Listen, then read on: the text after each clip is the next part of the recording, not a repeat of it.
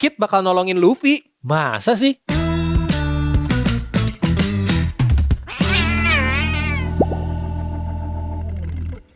Balik lagi di Ceramah Cerita Para Nakama bareng gua Steve dan Tora. Kali ini kita ada mau bahas chapter 1190 yang seru banget sih ini. Karena tidak dinyana-nyana ya, endingnya benar-benar membuat waduh ini menambah satu komunitas ya. Suatu komunitas ya yang kalau Menambah nanti kita satu grup. Nanti kita lihat di endingnya itu adalah grup apa ya. Tapi sebelum Ada itu satu teman-teman tambahan dari grup. jangan lupa untuk subscribe Like dan juga and like dan share channel Obsession Media. Dan jangan lupa juga untuk follow sosial media kita yang ada di Instagram, TikTok, dan juga di YouTube. Dan juga kalau mau baca artikel di mana kok? Upstation.media. Jadi kita nyiapin semua artikel-artikel seputar e-sports, gaming, animanga, film, dan hobbies. Semuanya ada di sana. Ya, teman-teman juga kalau ada brand ya yang mau join gitu, boleh banget. Di sini tempatnya masih kosong, di sini juga masih kosong. Di belakang juga masih kosong. Kemarin tuh saya sempat lihat ada board game collab gitu kan, Goyan. Nah, itu mungkin boleh. Kayaknya menarik banget gitu. Kenapa gitu?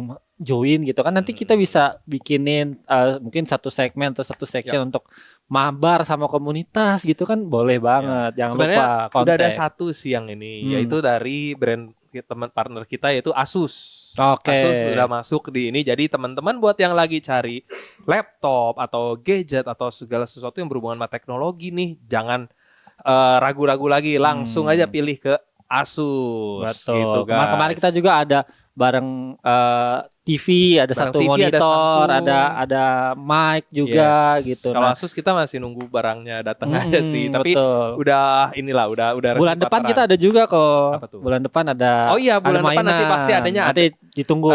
Tekno ada satu lagi yang lagi menunggu antrian. Satu lagi ada brand mainan juga. Jadi nanti udah pasti ini bakal bertambah banyak nih, meja kita penuh nih. Saksikan saja ya. Kebangkitan aku akan kembali. Saya akan lawan. Cakep. Oke, itu aja mungkin sebelum kita masuk ke bedah chapternya, mungkin ada komen-komen kah? Pertama dari Kaisar Studio. Oda, keren juga nih teori, kenapa aku nggak kepikiran ya? Oh, ini bahas yang teori Imu Burung Beo kemarin. Betul. Ya, bisa jadi sih itu adalah reaksi Oda yang sesungguhnya ketika dia menyadari teori Burung Beo itu. Betul. Karena teorinya iya juga sih masuk. Karena itu benar-benar cocok logi gitu. Itu teorinya bukan didasarkan kepada apa ya, bukti-bukti yang disusun dari awal, tapi dirunut dari teori Imu Burung Beo itu baru disusun mundur sebenarnya gitu. Kadang malah pikirannya kayak gue gak kepikiran tapi oke juga gitu. Bisa jadi diambil guys. Kita lihat aja nanti apakah, walaupun jujur secara pribadi gue mungkin mengharapkan teori lain ya. Tapi bukan berarti teori itu jelek ya. Yang teori Imu Burung Beo itu sekali lagi menurut gue sih prefer itu gak kejadian. Tapi sungguh amat menarik, jadi sayang gitu kayak buat dilewatkan. Betul. Gimana Oda Sensei kita aja? lebih suka mungkin ini ya dari Oda gitu ya. Langsung dari Oda. Kecuali kalau memang itu ternyata udah rencananya Oda dari awal. Tapi lucu juga sih kenapa harus Burung sih. Enggak, soalnya gini, kalau menurut gua itu tuh teori khas Oda, tapi biasanya Oda tuh pakai teori itu di sesuatu yang enggak segede ini. Contohnya yaitu pas Duval. Duval muncul itu kan di luar ekspektasi semua orang, itu benar-benar twist yang gak ada yang nyangka selain Oda sendiri. Betul. Gue jamin gak ada yang berhasil nebak itu yang pas pertama kali karakter bertopeng itu muncul, kelihatannya kenal sama kru Straw Hat, punya dendam.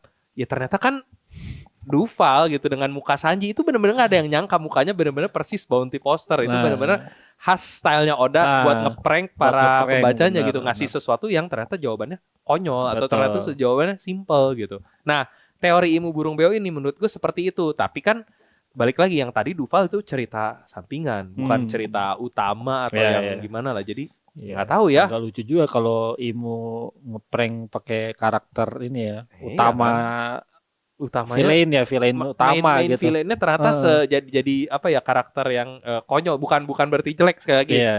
Tapi main villainnya ternyata sesuatu yang konyol. Nggak tahu ya apakah Oda seberani itu mengambil resiko gitu ya. Kalau buat arc sampingan ya kayak tadi Duval mah oke aja. Mungkin gue akan setuju kalau memang Burung Beo juga, tapi gue pengen khas Oda memasaknya gimana? Apa asal usulnya Beo-nya atau dia bikin bentuknya kayak gimana tuh Gue lebih setuju di sana gitu. Bener-bener. Sebenarnya selama Oda memasaknya dengan baik dan kita tahu sendiri Oda jago banget masak ya. Hasilnya pasti oke-oke aja, gue yakin. Betul. Nakama pasti bisa terima gitu. Tapi untuk saat ini gue masih belum terlalu percaya sama teori itu. Oke. Next kita baca lagi. Dari Sport News 91. Emang Nakama kebanyakan bilang Imu adalah burung beo. Ada, padahal Imu itu belut sawah. Nah, ini kalau ini dari mana nih dasarnya belut sawah itu Bang? Mohon dielaborasi ya. Gimana ceritanya bisa belut sawah? Cocok dari mana aja kayaknya susah masuk.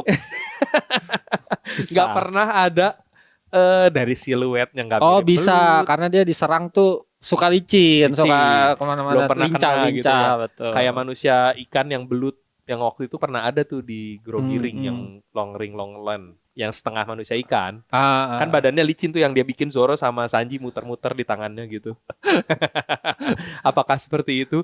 Enggak sih, tapi kayaknya enggak. Kalau belut sawah enggak ada dasar teorinya sih guys. Jujur itu terlalu liar, terlalu cocok logi. Iya. Enggak. Itu skip. Walaupun lucu-lucu aja sih. Oke, next ada lagi? Buat nonton YouTube 16. Saran nih Bang, next episode kalau lagi libur chapter coba bikin konten kayak Malaka Books. Yang sifatnya tuh kayak forum gitu, ramean tapi ngebahas soal One Piece. Ntar yang di acaranya orang-orang yang sebelumnya udah pernah diundang aja, komunitas kayak Opimol, Natako dan lain-lain. Panggil aja lagi Bang, Paksi Kang Adi Ambon. Nah ini BA kita udah lama gak kita panggil sih. Benar. Ini kita jujur udah ada plan buat kesana ya. Jadi tunggu aja tanggal mainnya. Tapi mungkin nggak langsung yang berat dulu. Kita mulai dengan sesuatu yang ringan-ringan dulu kali ya. Betul. Soalnya kalau terlalu ini kan ntar dikiranya sama persis lagi plek-ketiplek ini. Nanti kita mulai dengan sesuatu yang enteng dulu aja. Tapi kita bakal undang lagi mereka buat supaya bisa hadir lagi di sini gitu kan. Betul. Udah lama juga nih nggak ngobrol-ngobrol bareng, apalagi rame-rame gitu. Iya, kita jarang belum pernah ya bikin yang satu komunitas, paling banyaknya 2 orang lah kalau podcast. 2 orang. Satu ya jelas karena keterbatasan.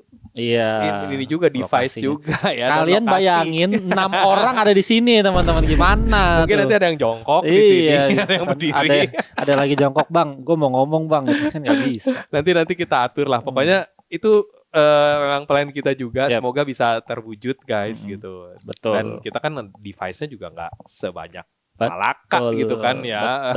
Mejanya juga bulat sih sama, tapi mereka meja bulatnya tuh yang jauh lebih gede. Iya. Kecuali gitu kita syutingnya di Malaka. Nah itu semoga bisa collab sama Malaka, siapa tahu. Gitu kan. Oke, next ada dari mana lagi? Udah. Oke, berarti langsung masuk aja ke chapter. Langsung ke 1190 dengan judul Orang yang kematiannya akan menjadi kabar gembira. Iya, atau dirayakan lah intinya. Nah, ini ada request lagi ya. Ini gambar request lagi dari nama pena Koedo-kun. Gambarnya Shanks memanggang ikan sambil dikelilingi kucing di sebuah kota pelabuhan saat pagi hari. Nah gitu. Jadi di belakangnya ada Luffy juga tuh yang masih kecil. Tangannya masih lengkap. Iya. Oh iya, baru nyadar. Gitu. Apakah ini foreshadowing ke akhir cerita gitu kan? Lucu banget. Ini topinya masih punya Shanks. Iya, itu Luffy-nya masih kecil. Jadi ini memang mungkin pas Luffy masih ketemu sama Shanks itu di kota di desa Fusha gitu kan. Iya. Luffy seperti biasa karena dia juga mau makan ikan, tapi dikeplak sama si Shanks gitu kan. Dan ada kucing-kucing yang udah gak sabar. Nah, ini baru ikan. Belut sawah nih. Bener juga. Ini baru belut sawah. Teori yang tadi jangan-jangan masuk tuh gara-gara ini nih. Shanks makan belut sawah. Oh berarti bener, Imu adalah belut sawah. Imu adalah makanannya Shanks. Ini ikan sih gak belut sawah itu. Terlalu jauh. Ada banyak kucing-kucing juga. Tapi gue ada satu teori di judulnya kok. Apa tuh?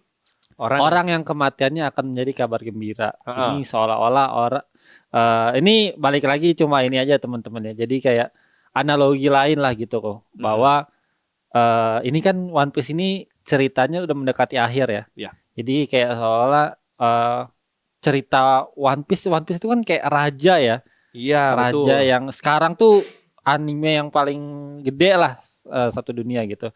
Jadi di sini kan kalau nggak salah di bahasa Inggrisnya ya atau ada nanti di ceritanya bahwa raja yang raja itu kematiannya akan menjadi kebahagiaan untuk orang-orang. Iya, jadi analoginya adalah One Piece kan udah mau tamat gitu ya. Jadi menjadi kesempatan buat mangaka-mangaka lain atau manga-manga lain yang akan ini jadi bahagia mereka. Wah ini gue bisa dapatkan menjadi manga yang ini gitu. Jadi Masuk, kayak Oda tuh udah mulai inilah gue udah mau tamat karena nih gini, gitu. karena One Piece bisa dibilang rajanya manga saat ini di dunia betul. manga atau anime itu menjadi rajanya karena dengan penjualan terbanyak, IP terlama, serial ini shonen yang ceritanya bersambung yang terpanjang betul. gitu kan. Bisa dibilang jadi rajanya nih di shonen nih. Betul. Dengan ya benar tadi kata Okra, kalau dengan kematiannya dalam tanda kutip atau tamatnya gitu, kita sebut tamat sebagai kematiannya, ya itu menjadi jalan baru. Manga lain siap menjadi rajanya gitu kan. Kayak ini pernah dibahas di Malakabuk juga kan, mereka pernah nanya kira-kira anime atau manga apa yang sanggup menggantikan One Piece gitu, yang se-epic One Piece. Itu perdebatan yang nggak akan ada akhirnya sih, karena One Piece sejauh ini dengan brand collab sebanyak ini tuh gitu kayak susah banget buat disaingin. Susah itu sih menurut gue ya. Sejujurnya jujur belum kelihatan nih calon-calon pangerannya. Kalau menurut gua yang paling mendekati ada satu. Kalau menurut gua. Itu kemarin Koko udah sempat ngomong di podcastnya Bang Upi. Iya, kemarin gua sempat bahas di podcast Majelis Anime Indonesia. Mungkin kalau kalian ini bisa lihat di situ, kita banyak bahas soal One Piece dan anime-anime lainnya juga. Di situ gua bilang satu mungkin ya manga yang saat ini lagi running. Dan mungkin berpotensi buat ngegantiin One Piece adalah Dandadan. Gitu. Karena menurut gua sedihnya dapet gitu kan, dia kalau bikin backstory si Yuki Nobutatsu itu mirip sama Oda. Beberapa kali gua ngerasa gitu, karena gua yang paling gua suka dari One Piece adalah pas gua baca backstory-nya dan gua bener-bener ngerasa terharu. Kayak pas Going Merry meninggal, Ace gitu, itu bener-bener bikin sedih banget. Nah, di Dandadan gua mendapatkan hal yang serupa, tapi bedanya mungkin Dandadan adalah plusnya dia punya love story, beda sama One Piece yang gak ada love story-nya nih bisa dibilang gitu kan. Atau love antar kru, kalau ini love antar tokoh utamanya justru jadi inti ceritanya gitu. Nah tapi untuk menjadi pengganti jujur, One Piece itu menurut Koko apakah dia harus benar selama One Piece juga apa enggak? Enggak, kalau menurut gua enggak harus sepanjang itu. Tapi yang penting ceritanya epic, cukup dahsyat gitu. Dalam artian ya kayak gini, One Piece itu yang bikin dia epic, bikin dia dahsyat adalah begitu satu chapter keluar, kayak chapter ini aja, pasti banyak berteori. Oda bikin satu gerakan gitu, wah yang berteori di luar sana tuh banyaknya luar biasa gitu kan. Oda ngedrop, misalnya katakanlah dia bikin Twitter, dia ngedrop satu patah, satu kalimat aja, mungkin orang udah langsung mengartikan yang enggak gitu kan, langsung berteori. Nah, mana pasti. Itu se-epic itu One Piece, dan saat ini jujur emang belum ada yang bisa menyaingi. Bahkan yang gua tadi sebut juga itu baru berpotensi ya, bukan pasti ya. Di satu saat mungkin bisa. Karena gua ngelihatnya dari kedalaman story-nya ya lumayan dalam, lore-nya lumayan gede gitu. Nah, menurut kalian kalau sesuai dengan analogi itu anime atau manga apa yang kira-kira berpotensi untuk bisa jadi rajanya, jadi raja selanjutnya gitu. Kira-kira apa guys? Kalau gue tadi Dandadan sih yang gue jagoin. Gue belum ada sih sampai sekarang karena gue cuma ngikutin One Piece doang sekarang itu. Aduh, banyak sebenarnya yang rame. Cuman ya memang nggak ada yang belum ada yang se-epic One Piece lagi gitu. Bener. Gitu guys. Oke, mungkin itu tadi buat sekilas selingan. Langsung masuk ke chapternya. Nah, ini langsung dilanjutkan pertarungan antara Im sama melawan Gaban. Iya, panel terakhir di 1159 ya? 1189 dong. Kan ini 1190. 90. Iya. 90 benar ya? 1190. Oh iya lagi. 1189 itu terakhir panel terakhir adalah Gaban nahan. Kayak siapa nih yang 10 tambah 6 17 nih nih. Gue lupa 1190 lupa gue. Oke. Nah, ini tuh intinya Gaban kan waktu itu terakhir kita ngelihat Gaban yang datang dengan senyum. Walaupun senyumnya kita nyangka ini Gaban udah siap mati nih, walaupun dia ketawa kayaknya anjir apes banget nih gue harus kelawan ginian gitu. Dan bener aja nanti kita lihat nih, ini Gaban nahan dengan 2 kapaknya. Tapi itu kita lihat pohonnya itu langsung kebelah ya. Iya. Anjir padahal cuma nahan doang ya. Serangannya iya. Kayaknya sisa serangannya tuh tembus ke belakangnya. Pohon yang ngikat tempat Luffy lagi ketusuk itu langsung kebelah tuh, pasti karena serangannya Im sama. Kapak Xingtian itu. Karena kan Xingtian Imu sama sendiri bilang, aduh abis ini kapak Xingtian mati lah. Dan itu ada efeknya ya, dia ngayunin kapak itu ada efek kayak api semacam atau asap api gitu ya. Tapi beda sama api hitamnya. Ini apinya kelihatannya ya warnanya api biasa. Iya, api es-nya kayaknya. Cuman nggak tahu ya. Kita karena kan nggak bisa lihat warna kalau di Betul. manga gitu. Cuman apinya Tapi beda. itu sama api hitam. apa awan menurut kau? Kalau menurut gua api dari bentuk ininya. Kalau awan tuh lebih bulat-bulat dan ada kayak lingkarannya kayak Luffy Itu deh tuh lihat ada bulat-bulatnya soalnya tuing tuing tuing. yang di ujung depan ya. Tapi yang di belakang nggak ada sih, Tra. Jadi kalau gua ngelihatnya kayaknya ini api, lebih ke api biasa. Oke. Gitu. Terus coba nextnya. Skoper Gaban datang membantu. Nah, terus di sini Im sama masih tetap tidak bergeming ya, dia benar-benar tanpa ekspresi tanpa ya. ekspresi mukanya. Gaban sih masih senyum kayak yang terakhir sih. Iya. Terus di sini Luffy masih masih ketusuk, masih menjerit. Gitu semacam kayak gitulah. Terus nah tuh lihat itu satu serangan di bawahnya deh. Pohonnya yang kepotong tuh banyak gitu. Padahal cuma sekali sabet. Iya. Tapi potongannya banyak gitu. Itu Gila. gimana ya? Mungkin tebasannya dalam satu tebasan dia kayak tek tek tek tek gitu, ada banyak ini. Iya ya. Gitu. Terus Gaban terpuntal mundur, sementara Luffy terlempar bersama dahan yang terbelah, yang terpotongnya. Nah, yang ini gua ngelihat ini pedangnya ditarik ya sama ya? Apa kelihatannya copot? Sih begitu. Soalnya nggak, kayaknya kalau efek kepukul harusnya ya makin ini. Tapi kalau gua ngelihat gini, itu kan kayaknya pedangnya tuh dalam banget. Lihat di yang panel kanan, itu pedangnya itu tembus ke ujung pohonnya. Jadi karena pohonnya kena mungkin ngebentur dahan yang lain ya, jadi kayak kedorong keluar gitu.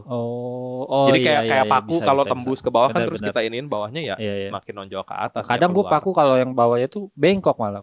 Kadang, tapi kan ini pedang Im sama nggak selemah itu. Ini kan pedang legendaris para bangsawan gitu, para Tenryubito. Nah, next. Terus di situ jadi ini keluar, terus tapi ini bisa juga ya ditarik sama Im sama juga bisa, karena di next nih kita lihat tuh di belakangnya Gaban entah kecabut gara-gara tadi Luffy-nya kepukul terus ujung pedangnya nyentuh ini atau enggak mental keluar. Soalnya yang unik tuh ini tadi kalau kita lihat pedangnya tuh kayak panjang banget kan, itu dahannya lumayan lebar ya. Entah dia menyusut kah apa gimana? Entah dia menyusut atau gimana. Mungkin pas Im sama nusuk itu ya kayak dipanjangin. Ya karena dia nggak tahu ya bisa kemampuan ini gimana. Pokoknya pedangnya mungkin bisa berubah-berubah. Yang gue lihat dari Im sama itu salah satu kemampuan dia adalah memanipulasi senjatanya. Kayak contoh tombak yang pertama dia datang aja bisa jadi kayak senapan, tiba-tiba kan ujungnya berubah bentuk. Yang dia tembak Gunko waktu pas di es gitu. Nah, terus di situ jadi Im sama ngos-ngosan. Ini entah akibat serangan tadi menghabiskan banyak energi atau memang energi dia udah makin sedikit, mulai habis. Nanti kita bakal lihat sendiri deh. Im sama waktunya udah makin gak banyak. Gaban di sini muter-puter kapak dan pedang yang nancep sama Luffy kelepas gitu. Terus Luffy berteriak kesakitan. Wah, ya pasti karena pedangnya dicabut begitu aja gitu kan. Bener. Jadi makin sakit rasanya pasti. Im sama nebas lagi dan Gaban langsung bergerak. Siung, hilang. Ternyata dia loncat ke atas dan sungguh sosok yang mengerikan. Seolah kau bukan makhluk yang berasal dari dunia ini. Nah, ini menjadi teori nih kok bahwa Im sama ini bukan makhluk, bukan manusia gitu.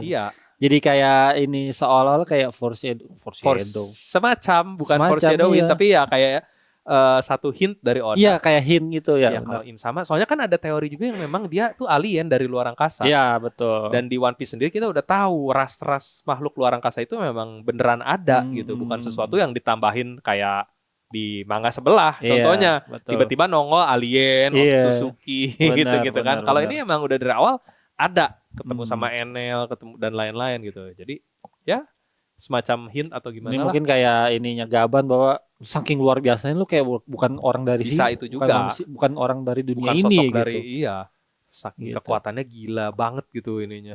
Nggak ada manusia yang sekuat itu. Nah terus Im sama nggak kenal Gaban ternyata. Siapa kau ini?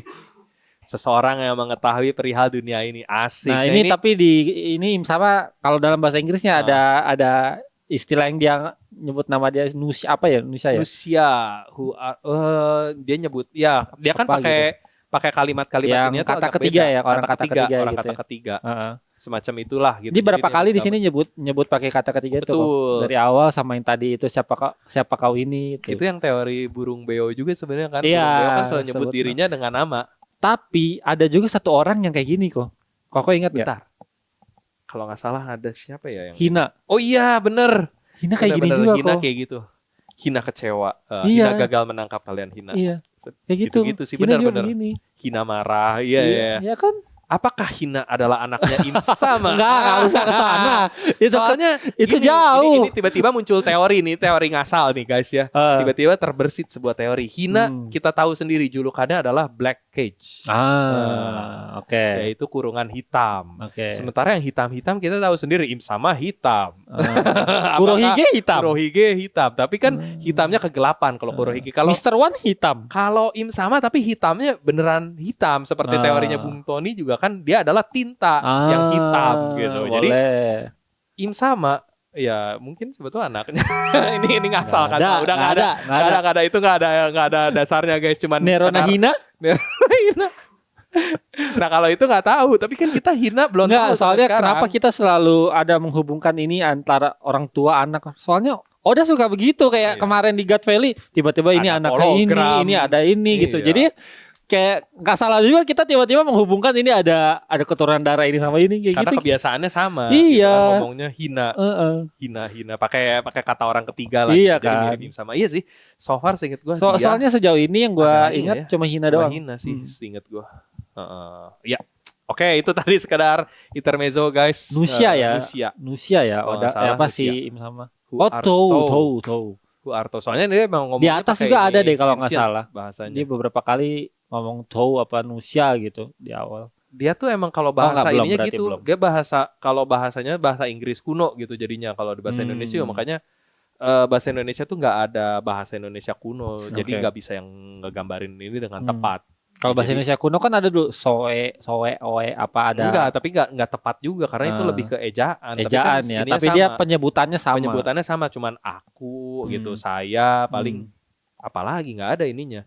Abdi gitu-gitu bukan bahasa Indonesia yang ini. Abdi kan Sunda. Iya, makanya nggak bisa masuk. Sunda tuh. Bahasa Indonesia nggak ada yang tingkatan bukan tingkatan sih, lebih kuno. Kayak tadi kan kalau Inggris ada to, ti gitu. Jadi Thai juga adalah THY ininya. Nah, balik lagi ke mana yang tadi ke bahasa Indonesia. Nah, ini kata-kata gaban ini sebenarnya keren banget sih. Soalnya dia ngasih tahu ke Im Sama tuh dia bukan jawab nama tapi orang yang udah tahu soal dunia ini. Jadi kayak gue yang udah tahu rahasia lu loh gitu, semacam kayak gitu. Iya. Tapi di sini gue ngelihat Im Sama ini seolah-olah ini kan orang yang sudah mencapai Raftel gitu, kelompok Roger. Dia tuh kayak dia tuh kayak nggak tahu, dia tuh nggak kenal orang-orang ini dia gitu. Dia tuh nggak peduli sama apa yang terjadi sama dunia, dia cuma tahu apa yang dilaporin bawahannya gitu. Jadi sebagai pemimpin memang buta dan budak gitu gitu ya. Tunggu sekretarisnya aja yang ngasih tahu. Sekretarisnya aja gitu ngasih tahu. kan. Jadi kalau sekretarisnya ngasih tahu yang bagus-bagus, ya dia cuma taunya itu doang gitu kan.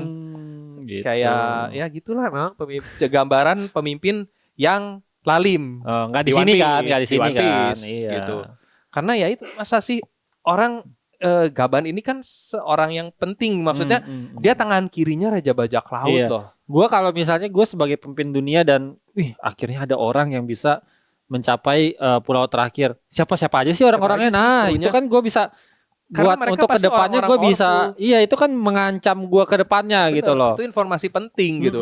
Jangan taunya yang dikasih tahu sama sekretarisnya doang gitu kan, dikasih tahu sama Gorosei. Betul. Cuman ini doang lah mereka keroco gitu. Padahal buktinya lihat di sini dia hampir kesulitan loh ngelawan dia gitu kan. Bener. Jadi menyulitkan diri sendiri akibat misinformasi. Betul. Itulah guys, makanya kalau jadi pemimpin jangan seperti Im Sama, itu contoh pemimpin yang tidak baik. Dan di dunia One Piece. Di dunia One Piece. Pasti.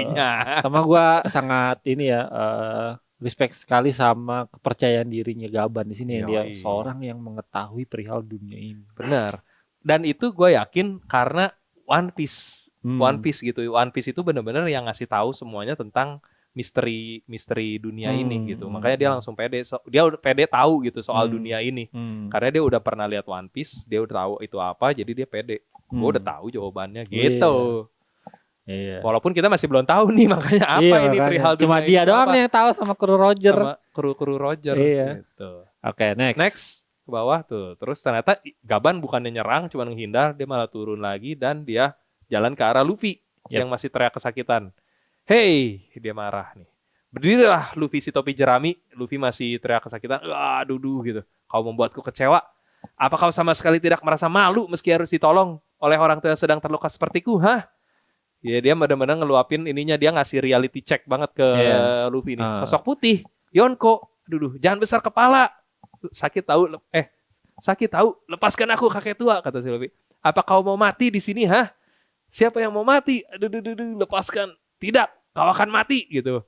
Bahkan dengan sangat mengenaskan. Coba bayangkan apa yang akan terjadi salau-salau sampai mati gitu. Ini di sini gue sendiri sama perasaannya sama Gaban sih. Gue baca chapter ini gue kesel juga sama Luffy sih. Iya. Jadi walaupun chapter kemarin tuh gue nggak merasakan kekesalan itu, tapi setelah Gaban ngomong gini, benar Luffy ini tuh kayak terlalu ngeremehin orang. Dia tuh kayak menganggap dirinya udah punya gear 5, udah powerful, kayak udah cukup. Jadi gitu, dia kayak seolah dia nggak nge-respect musuhnya ini adalah dunia, anjir. Itu.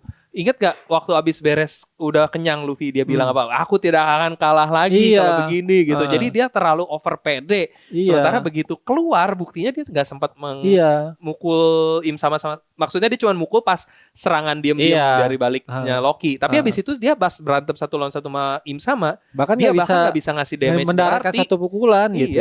Jadi bener-bener sih makanya gue ngerasain apa yang dirasain Gaban. Apalagi ini menurut dia kan ini orang yang ditunggu-tunggu gitu. Masa orang yang ditunggu-tunggu kayak gini sih? Gitu bener. Lu yang bener aja gitu. Lu jangan meremehkan dia lagi. Dan ini gue makin kecewanya kenapa? Karena ini bukan pertama kalinya Luffy dapat reality check. Ini udah keberapa kalinya nih. Yang paling pertama banget masuk New World sama Zoro. Kalau kalian inget sama Zoro pas dia kalah lawan Caesar Clown. Zoro kan langsung bilang, Luffy ini udah New World. Udah bukan waktunya main-main lagi gitu. Jadi di situ dia udah dikasih reality check sebenarnya. Tapi Luffy masih kayak bukan mengulangi kesalahan yang sama ya, tapi mungkin masih kurang serius gitu. Karena naif aja menurut Karena gua. Naif, bener.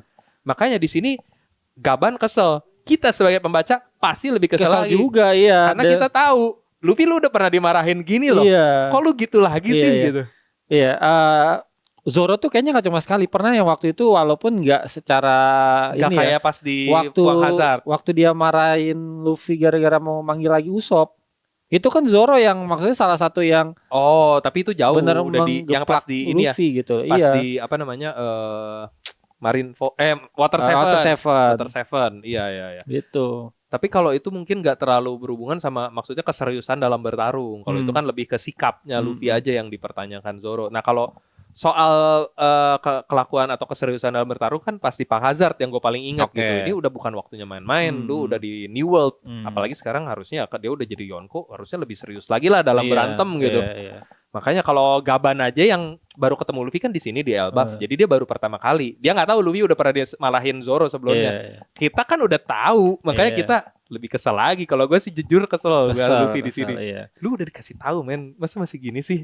Gitu. Terlalu naif sih bener. Aduh, terlalu meremehkan lawan Luffy. Ayolah, come on lah, lu the main MC. Karena memang kayaknya udah sekarang itu udah harusnya Luffy tuh udah nggak ininya main-main. Iya, udah bukan saatnya. Dia udah Yonko loh. Iya, udah Yonko dan lu udah face to face sama dunia ini gitu kan. Ini final boss lah bisa bisa dibilang final boss walaupun kita nggak tahu final bossnya nanti apakah Teach atau bisa dibilang inilah orang yang di puncak dunia.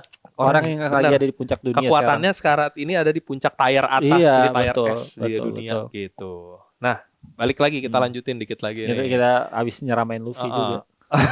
Nah itu tuh Luffy shock tuh, dia marahin gitu sama ini, dia bilang iya betul, matanya kayak seolah-olah kayak mata-mata nggak kayak lagi udah nggak sadar gitu lah ya. Karena kan tadi dibilangin coba bayangin apa yang terjadi kalau lu sampai kalah.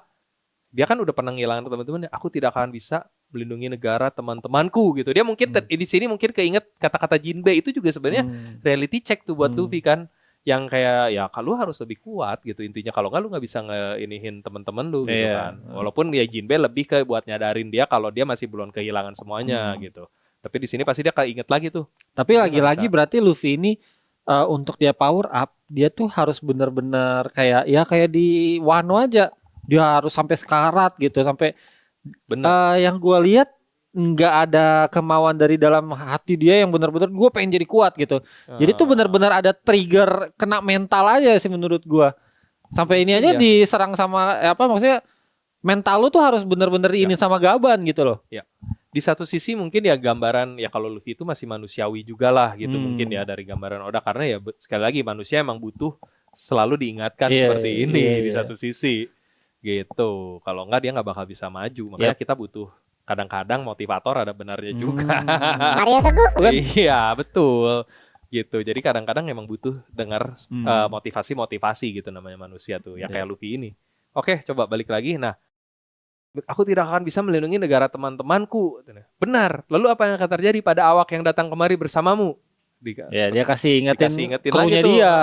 Ini persis yang dikatain Jinbe nih. Terus nextnya ke bawah. Nyawa mereka akan terancam. Itu benar. Ingat baik-baik. Selama kau berada di laut, semakin tinggi reputasimu, maka semakin banyak pula musuhmu. Raja bajak laut adalah gelar milik orang yang kematiannya akan menjadi kabar gembira bagi orang lain. Ini dia kata-kata yang tadi kita sempat bahas di awal. Karena semua orang ingin memiliki gelar tersebut. Betul. Gitu.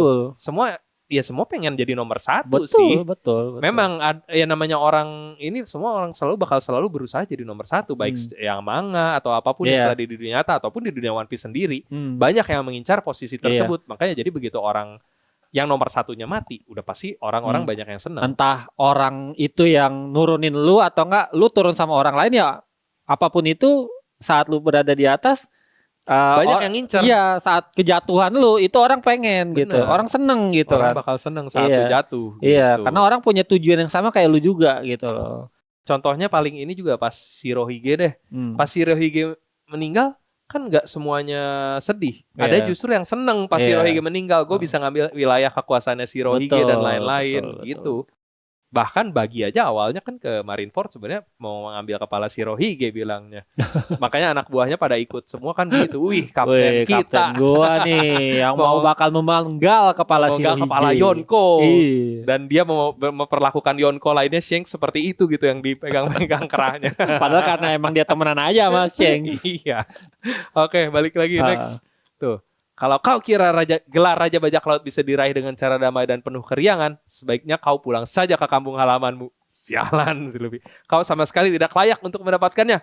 Wah, kau ini hanya bisa mengganggu dasar bocah tengik, dilempar sama Gaban. Tapi yang kata si Gaban itu yang kembali ke kampung halamanmu itu sama kayak gue ingat kata-kata yang itu Zoro pas ngingetin Luffy soal Usopp. Dia bilang ini kita lagi nggak main bajak-bajak lautan gitu. Kalau mau dia dimaafin begitu aja, gue yang cabut. Iya, gue cabut bener kan. Kayak gitu, kayak seolah-olah ini tuh udah kata beberapa kali kan, kayak bener kayak kata kok itu udah berapa kali itu dikatakan ke Luffy gitu. Diucapin gitu. Ini bukan main-main gitu. Ini dunia nyata, ini dunia real gitu. Lu harus udah dunianya orang dewasa gitu. Bener.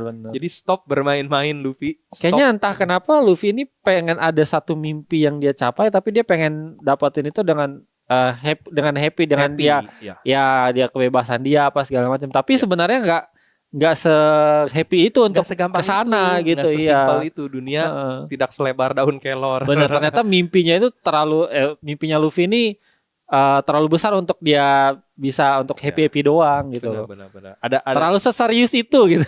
Perlu diseriusin lah. Nggak bisa cuma main-main doang gitu. Jadi Luffy di satu sisi ya mungkin sifat dia itu juga yang menjadikan dia menarik sebagai main karakter dan mungkin orang banyak suka karena dia periang gitu kan, nggak terlalu mikirin, nggak terlalu serius lah, nggak terlalu tegang lah gitu.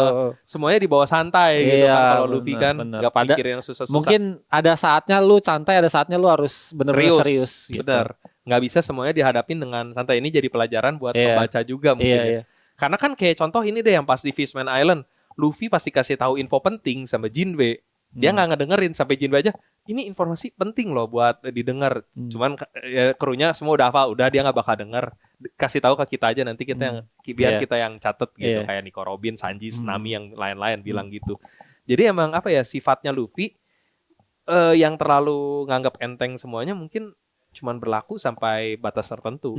Ada sampai sini dia udah nggak bisa kayak gitu lagi. Tapi apakah ini ngaruh sama Gear 5-nya Luffy kok? Gear 5-nya Luffy kan ya happy aja apa segala macam, jadi kayak seolah membuat kartun dan kayak apa bebas gitu semuanya jadi serba lucu santai, apa santai gitu. Apakah ini ngaruh gitu sama Gear 5-nya menurut kamu? Mungkin ya efek pengaruh Gear 5-nya yang bikin dia jadi atau gak serius. Harusnya sebenarnya Luffy ini bisa membuat Gear 5-nya itu dengan mode yang serius dan ya tidak dibikin lawak-lawak ini. Kayak dia ngeluarin Jin aja kan lawak banget kan. Lawak dan gak ada tujuan. Harusnya dia bisa membuat mimpi imajinasinya dia itu menjadi satu hal yang lebih serius gitu loh. Benar. Iya kan? Berarti mungkin ada ngaruhnya sama Gear 5-nya yang Luffy liatin baru-baru ini lawan Im Sama gitu. Mungkin ini bisa jadi sebuah wake up call biar Luffy juga jadi power up. Jadi mungkin memanfaatkan Gear 5-nya untuk sesuatu yang lebih serius. Betul, gitu. itu dia. Memanfaatkan imajinasinya bukan sesuatu yang untuk main-main kayak Jin benar, itu. iya. Jadi dia bisa dibilang ya ini power up dan setelah ini Luffy. Iya, gitu. iya, bisa sih. Kalau ya dia tersadar ya dengan kata-katanya Gaban harusnya ya dia tersulut tuh tadi udah mulai emosi kan dia. Gitu. Tapi kenapa yang gue lihat nanti di next panel ini dia justru marahnya sama Gaban gitu. Malah marah sama Gaban. Iya, ya lu sadar lah kan lu yang salah, Pak. Makanya gue sebelnya sama Luffy. Ayo next. Nah langsung lanjutin lagi. Nah Luffy dilempar terus aduh gitu.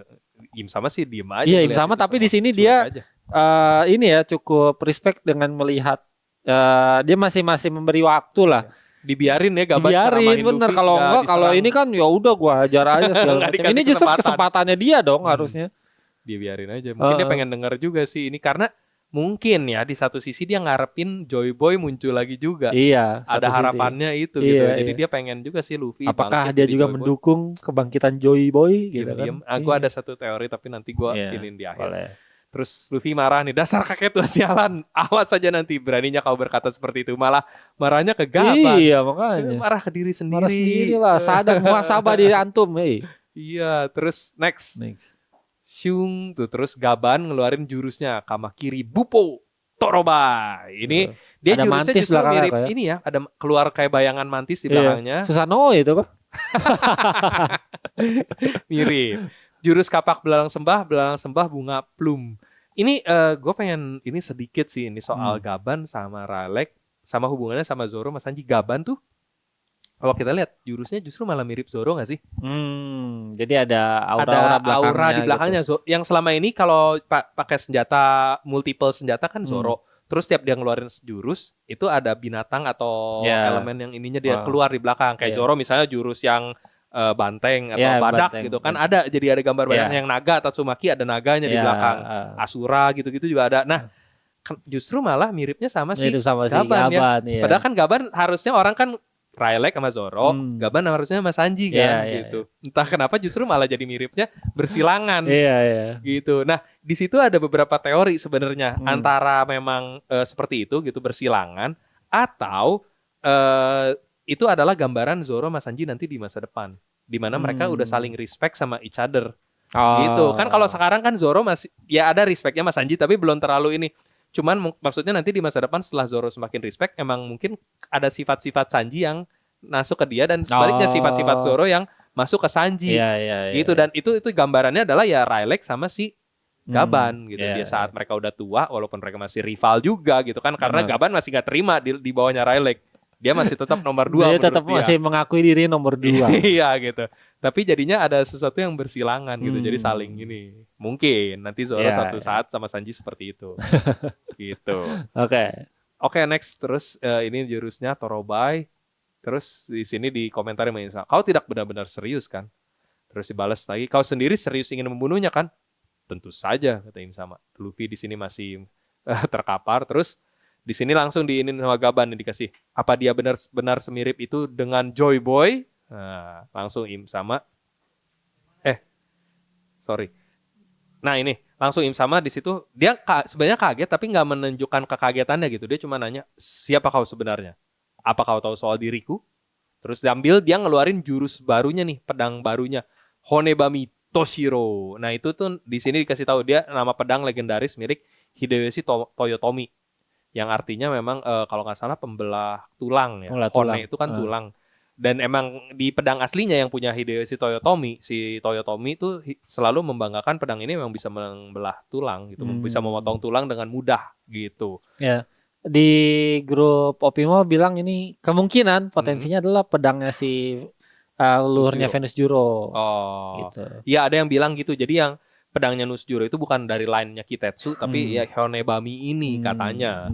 Walaupun gue lupa itu di mana ya. Ada yang bilang kalau nggak salah Zoro yang bilang kan yang dia ngelihat pedangnya Nusjuro terus dia bilang itu salah satu line-nya Kitetsu. Iya gitu. Zoro yang bilang pas pertama kali lihat.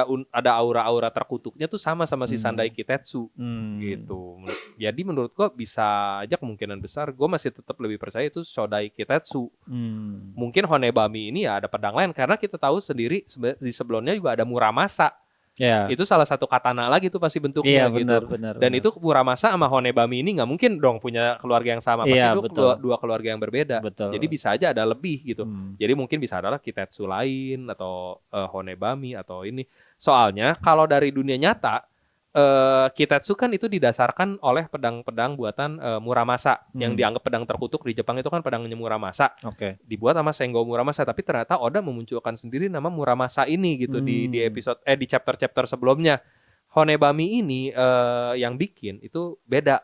Kalau nggak salah namanya Yoshimitsu gitu atau siapa ininya. Ya. Beda, bukan yang Tekken. Nama blacksmithnya Yoshimitsu kalau nggak salah yang Honebami ini. Jadi mungkin nggak didasarkan sama itu, nggak didasarkan sama Muramasa ataupun Kitetsu line. Jadi kayaknya nggak berhubungan sama si siapa Nusjuro. Kalau menurut gua Nusjuro pedangnya antara Muramasa atau memang Shodai Kitetsu. Jadi bisa aja Shodai Kitetsu itu asal muasalnya adalah pedang Muramasa gitu. Pedang Muramasa itu yang pertama turunannya baru Shodai Kitetsu dan lain-lain.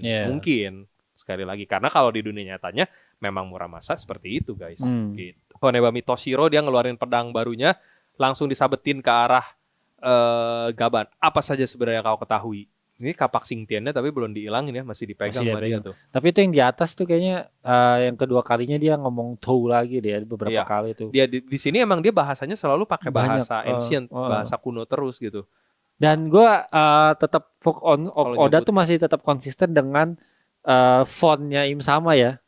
Kalau yang lain-lain ya udah tetap font biasa. Kalau Im sama tuh dibikin beda dan fontnya tebal beda. Gitu ya kok ya.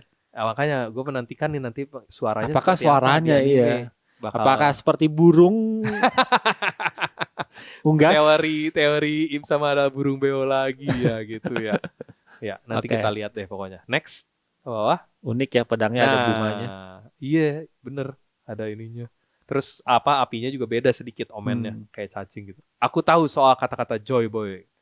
Di sini sama bingung terus, tapi jangan salah paham. Kami sama sekali tidak berniat untuk tunduk pada sosok masa lalu yang tidak kami kenal sekaligus tidak pernah kami temui. Aku hanya ingin memastikan agar cita-cita kaptenku terwujud. Nah, di sini sebenarnya kita bisa menduga One Piece itu apa. Jadi One Piece itu mungkin warisannya Joy Boy ada semacam CTA-nya mungkin. Ada call to action-nya di akhir One Piece-nya. Jadi mungkin Joy Boy menyuruh siapapun yang menemukan One Piece untuk melakukan sesuatu gitu. Cuman kan di sini di Gaban sendiri bilang kita sama sekali tidak berniat atau nurut gitu. Jadi dia nggak mau ngikutin sebenarnya apa kata-kata Joy Boy yang dia pernah dengar di One Piece itu. Apapun itu ya kita nggak tahu gitu. Intinya sebenarnya Gaban sama kru-kru yang lain nggak peduli banget gitu sama ininya Joy Boy. Wasiatnya mau disuruh apa kayak sebenarnya nggak peduli. Tapi dia respect sama Roger. Jadi dia pengen memastikan cita-cita kaptennya. Jadi kemungkinan yang bakal yang nurutin kata-katanya Joy Boy adalah Roger. Ini kita pernah bahas dulu ya benar. Di misi rahasianya kru Roger yang kita bilang seperti itu. Jadi mungkin ya di akhir hayatnya Roger berpesan sama krunya untuk melakukan hal-hal tertentu lah. Masing-masing dipunya tugasnya sendiri dan ya mereka respect sama itu. Mereka menghargai itu. Mereka memastikan wasiat kaptennya berjalan gitu. Walaupun nggak pengen-pengen banget sih sebenarnya kita punya ini sendiri gitu. Kalau dari kata-kata Gaban tuh. Gitu. Jadi pasti wasiatnya Joy Boy atau kata-katanya Joy Boy itu berhubungan sama mungkin ada tugas atau perintah kapten yang diberikan sama Gold Roger ke anak buahnya dan itu yang mereka pegang sampai sekarang. Ya mungkin ini dugaan kita ya misi rahasianya kru Roger itu buat menuntun generasi baru ini ya yang Crocus di sini nanti Raleigh di sini buat jadi tukang coating, Gaban di sini di Elbaf buat apain betul. Nah itu yang tidak disadari sama Im sama beberapa bahayanya si krunya Roger ini yang dia tahu cuma Rogernya gitu dan itu pun dia nggak terlalu nganggep gimana kan Roger itu betul. Cuman karena namanya D doang nanti ada di belakang sedikit kita bahas. Oke, nextnya terus kapten tuh bahkan dia nggak tahu kaptennya si Gaban. Dasar kakek tua sialan, beraninya kau menghina aku. Luffy di sini baru mulai bisa ngebales. Setelah tadi kan masih kesakitan doang, akhirnya baru bisa bales nih. Ayo pulihlah setidaknya untuk saat ini aja gitu. Nah mungkin dengan kekuatan imajinasinya nanti dia bisa pulih atau semacam sembuh buat ngelawan lagi sama. Terus Im-sama di sini baru nanya, siapa kapten yang kau maksud? Barulah di sini dikasih tahu, Goldie Roger, sang raja bajak laut. Nah, terus next, baru si Im-sama nyadar di sini, dan dia pernah bilang gini, memuakkan, kenapa seorang D bisa menjadi raja bajak laut? Jangan biarkan nama itu tersebar luas. Baik. Nah, itulah sebabnya kenapa kita kenal mereka di awal cerita itu Gold Roger sebutannya, bukan Goldie Roger. Digabung jadi.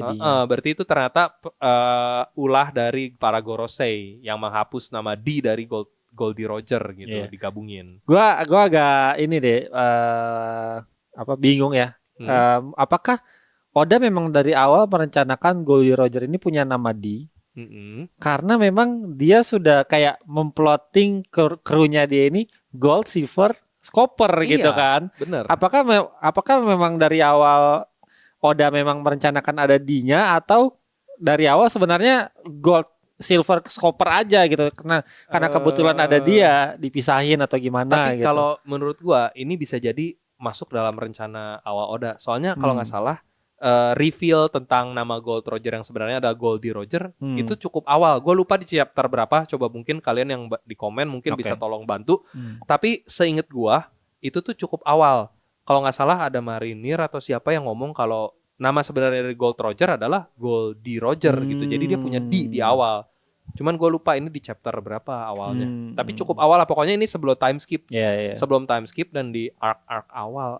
Mungkin Alabasta, mungkin Skype atau kapan gitu, gue lupa. Tapi awal pokoknya. Jadi bisa jadi ini memang udah direncanain Oda dari awal. Jadi emang wordplay-nya gitu. Permainan kata krunya itu yang gue jadi bikin katanya. Ini gold, silver, copper gitu kan. Dan itu kan yang bikin sebenarnya Rayleigh nomor 2 harusnya karena silver lebih tinggi daripada copper. Berarti gitu harusnya Roger tuh ada atasnya lagi, Bitcoin. Gitu. Ngaco. Maaf. Ngaco. Lebih mahal ya daripada ini sekarang daripada emas gitu. Tapi lagi turun. Enggak deh. Begitu rupanya. Orang yang telah menciptakan era bajak laut di lautan ini ya. Jadi baru mulai sadar si Im-sama nih. Dia sudah bukan melepaskan sih karena udah mati juga. Gitu. Dia udah ini orang yang berbahaya. Lantas, kenapa sisa anggotanya malah melindungi Luffy si topi jerami? Jelas karena kau sedang mencoba untuk menghabisinya kan? Bukankah itu adalah sebuah bukti tak terbantahkan bahwa kau menganggapnya sebagai sosok yang sangat berbahaya? Benar tuh kata-katanya Gaban. Justru kelakuannya Im-sama yang mau berusaha ngilangin Luffy ya itu menandakan kalau Luffy memang ini orang yang cukup yang akan mengancam dia gitu kan. Dan di sini benar nih, ini kata-kata Roger. Suatu hari nanti akan lahir seseorang yang melampaui kita semua. Kita dilahirkan terlalu awal. Tindakanmu itu nah itu diperjelas nih sama Gaban di bawahnya. Tindakanmu itu seolah mengatakan bahwa dirinya adalah sosok yang telah kami nantikan selama ini. Dan di sini dikasih lihat orang-orang yang memang mungkin bisa dibilang percaya sama keinginan atau wasiatnya Roger ya. Yang bahwa ntar bakal ada seseorang yang ditunggu-tunggu gitu. Yang emang ya mewujudkan apapun yang ada di One Piece itu gitu kan, mimpinya Roger. Ya kalau kita lihat kalau si Newgate ini kan Shirohige kan memang sempat diceritain juga kan sama Roger kan. Dan dia sendiri bilang dia tahu gitu orang yang ditunggu Roger. Pas dia sebelum di menjelang ajalnya kan dia bilang pas Kamat Teach, kau bukan, walaupun namamu ada di, tapi kau bukan orang yang ditunggu Roger gitu. Jadi dia sebenarnya tahu memang ada sosok yang sedang dinanti-nantikan sama Roger gitu. Dan siapa orangnya mungkin dia ngelihat itu dalam diri Luffy. Makanya dia waktu pas di perang di Marineford berusaha nyuruh anak buahnya, merintahin anak buahnya buat ngelindungin Luffy. Jaga anak itu jangan sampai mati. Kasih Marco apalagi terutama gitu kan. Makanya Luffy benar-benar ditolong banget tuh selama Marineford. Gitu. Dan ini kelihatannya ya orang-orang yang memang percaya mimpinya Roger. Ada Gaban, ada Rayleigh, Crocus gitu, Shanks, Oden sama si Shirohige sendiri. Tapi waktu itu pas di Marineford sebenarnya kondisinya Shirohige itu belum tahu kan, maksudnya Luffy ini adalah orang yang ditunggu. Tapi setelah Luffy memperlihatkan tekadnya dia, apa segala macam, dia pantang menyerah di situ baru kan si Shirohige bilang jagain itu dia adanya es gitu. Seingat gua dia ngomong gitu begitu Luffy ngeluarin haki Conqueror-nya. Begitu kan kalau nggak salah pas Marineford tuh Luffy nggak sengaja ngeluarin Conqueror haki. Ya, pas esnya udah mau ditebas ya. Bener, dia ngeluarin Conqueror haki, semua orang langsung kaget di situ. Langsung Shirohige nyadar sesuatu kayaknya di situ tuh. ini orang yang ditunggu Roger nih kayaknya nih. Bener. Jangan sampai mati. Iya, Gitu. baru dia minta Marco untuk jagain kan. Bener. Apapun yang Nah terjadi. itu pesan, itu salah satu wasiat terakhirnya Shirohige ke krunya dia justru. Krunya dia. Jadi semua krunya Shirohige ini bakal jagain Luffy juga. Bener. Sama kayak Roger sama akhirnya. Kayak Roger. Karena dia orang yang dinanti-nantikan gitu. Jadi Shirohige percaya kata-kata Roger, in return ya anak buahnya percaya kata-kata Shirohige gitu. Dan anak buah Roger juga sama karena percaya kata-kata kaptennya, makanya mereka berusaha ngelindungin Luffy gitu. Tapi apakah ini kita coba menjauh sedikit dari chapter ya. Apakah menurut Koko Shanks itu ke Fusa untuk cari Ace bukan Luffy sebenarnya? Buah itu sebenarnya untuk Ace kok. Mungkin ya. Karena gini. Karena itu kan anaknya Roger kan, jadi seolah-olah Ace tuh Shanks itu pengen Roger yang mimpinya Roger ini diwujudkan sama anaknya sendiri gitu. Mungkin ya, itu kita open for discussion aja boleh buat semua nih. Ya, ini jadi, soalnya teori yang cukup rame juga sebelum kemarin. Soalnya memang nggak ada bukti kalau Shanks kesana tuh demi Luffy. Gitu. Iya. Malah emang lebih possible adalah dia pengen nyari Ace-nya sendiri karena dia maksudnya dia kan kagum sama sosok kaptennya, dia percaya kaptennya ya orang yang paling kuat dan lain-lain lah gitu. Makanya dia percaya kalau kaptennya punya anak ya mungkin anaknya yang bakal mewarisi jadi wariskan ini. Apalagi anaknya D juga. Betul, sama-sama punya D juga gitu. Makanya mungkin dia kesana untuk mencari Ace. Ya kan Shanks bisa dibilang jaringan informasinya termasuk yang luas juga lah gitu ya. Mungkin walaupun Roger kan emang nggak bilang soal dia punya anak ke siapa-siapa kan. Rayleigh aja nggak tahu gitu kan. Ya mungkin Shanks mengetahui rumor soal itu kalau kaptennya punya anak, makanya dia berusaha membuktikannya datang ke Fuchsia. Malah ketemunya Luffy gitu kan. Ternyata loh malah ini yang lebih mirip sama kapten gua nih gitu. Makanya mereka semua krunya itu selalu bilang ada orang yang ngomong hal yang sama dengan Kapten Roger gitu kan. Shanks kan suka ngomongnya gitu pasti. Dia cerita ke Rayleigh juga seperti itu. Ternyata Ace tuh berkebalikannya Roger. Dia tuh malah dia benci Rogernya. Dia nggak mau jadi ini. Makanya Roger tuh di satu sisi bapak yang tidak baik, dia terlalu banyak aura farming. Soalnya dia kalau dipikir-pikir posisi dia sebagai bajak laut terkuat di eranya udah digeser sama Zebek. Sebagai ayah dia nggak pernah ada. Ditelantar itu anak istri dari kecil karena dia harus dieksekusi lah. Bekerja kan harus bekerja tapi dieksekusi juga ya. Jadi gimana ya? Gitu. Tapi intinya Roger nggak sewah yang dibayangin orang-orang, terlalu banyak aura farming gitu yang jadi kekecewaan banyak orang sih, terutama pas di episode God Valley gitu dia cuman motivasi buat ininya terlalu receh buat sebagian orang gitu, cuman buat nolongin seorang wanita gitu kan. Jadi buat sebagian orang ini raja bajak laut kok gini sih gitu. Jadi menurut gue sebenarnya banyak hal yang penting dari kru-kru orang-orang ini menikah pada akhirnya gitu kok. Apakah memang mereka menikah untuk berlomba-lomba untuk melahirkan generasi yang akan meneruskan tekad Joy Boy kok? Mungkin ya, soalnya kalau kita lihat emang kebanyakan mantan krunya Roger ya punya istri lah atau punya pasangan. Dan kayak nggak tahu ya apakah mereka memang merencanakan atau gimana Roger ini mencari sesama D gitu. Apakah memang mencari atau memang dapatnya sesama D gitu ya.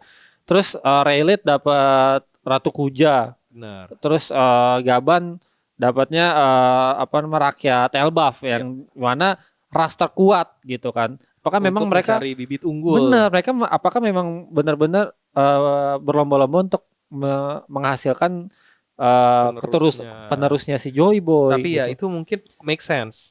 Soalnya gini, Roger waktu dia menikah sama Portgas di Roach, itu kan setelah dia bubarin Roger Pirates kan. Artinya umur dia udah pendek. Dia kan udah tahu dia kena penyakit mematikan kan. Umur dia udah pendek. Kalaupun sampai ketangkap marinir dia pasti dihukum mati. Ini orang tidak bertanggung jawab macam apa nih, ayah macam apa yang udah tahu mau mati malah bikin anak, malah nikah gitu kan. Betul. Harusnya lu kan bisa, kalau lu mau punya anak kan bisa mendidik dulu kan. Kalau emang gue udah tahu nih gue bakal mati, gue gak bakal merit bikin anak. Kasian lah anak gue nanti, siapa yang ngebiayain anak gue, siapa yang ngebesarin gitu. Malah kasih tanggung jawabnya ke guard. Kan agak kurang bertanggung jawab nih bapak nih satu nih Roger nih. Cuman ya kalau dengan teori lu tadi jadinya masuk karena dia butuh penerus gitu. Dia butuh meneruskan tekadnya ke yang nggak tahu ya kalau diserahkan pada takdir kan nggak tahu nanti penerusnya siapa gitu. Tapi yang biar pasti ya udah gue harus punya keturunan. Seolah-olah ya ingin berlomba-lomba untuk menghasilkan anak untuk yang bisa mendapatkan tekadnya Joy Boy gitu. Karena nggak ada pilihannya. Dia tahu waktunya sedikit, tapi dia harus punya keturunan. Jadi mau nggak mau dia ambil jalan sulit gitu. Soalnya kalau nggak bapak nggak bener. Atau apakah memang ini tuh memang sudah digariskan gak sih? Karena gue sempat bikin konten juga bahwa di itu harus bertemu sama keturunannya. Apakah ketemu keturunannya Nefertari, Lily gitu, ataukah gitu? Jadi kayak mereka cari ras terkuat, cari Tapi gini, kalau Nefertari kan udah pasti. Kalau Joy Boy memang ya artinya mereka ada hubungan darah dong. Bener, Nefertari juga. Nggak tahu sejauh apa ya, nggak tahu apakah hubungannya jauh kayak Roger sama Roach itu kan sesama tapi beda ini kayaknya beda. Makanya mereka bisa nikah gitu kan. Kalau Nefertari sama Joy Boy hidup di era yang sama dan banyak teori yang mereka ini cinta segitiga dan lain-lain. Ya harusnya mereka nggak bisa barengan dong. Kan satu keturunan gitu. Iya. Kecuali kalau di ini ternyata dari jauh sebelum Joy Boy lagi. Dan kita pun nggak tahu ya, mungkin ini kan masih teori ya. Kita kan belum tahu apakah Joy Boy ini benar jadi sama Nefertari Lily apa enggak gitu kan. Itu kita masih nggak ketahuan guys. Makanya teori buat pecinta teori segitiga itu adalah satu kelemahannya tuh mungkin kalau Lily sama Joy Boy sama-sama ya berarti Will of the D ini harusnya lebih tua lagi gitu kan. Soalnya kalau yang nurunin Will of D-nya Joy Boy, ya dia Nefertari Lily D juga. Iya. Apakah mereka married terus jadi ini? Jadi Lily itu D-nya karena menikah sama Joy Boy gitu. Rasanya sih nggak tahu ya. Bawa marga jatuhnya. Jadi bawa marga. Tapi kan harusnya yang istri nggak ikutan D dong. Anaknya yang D. Bener. Ya nggak sih kalau married kan di mana-mana yang nikah suami sama istri marganya turun ke anaknya. Bukan ke istrinya jadi bermarga itu. Benar.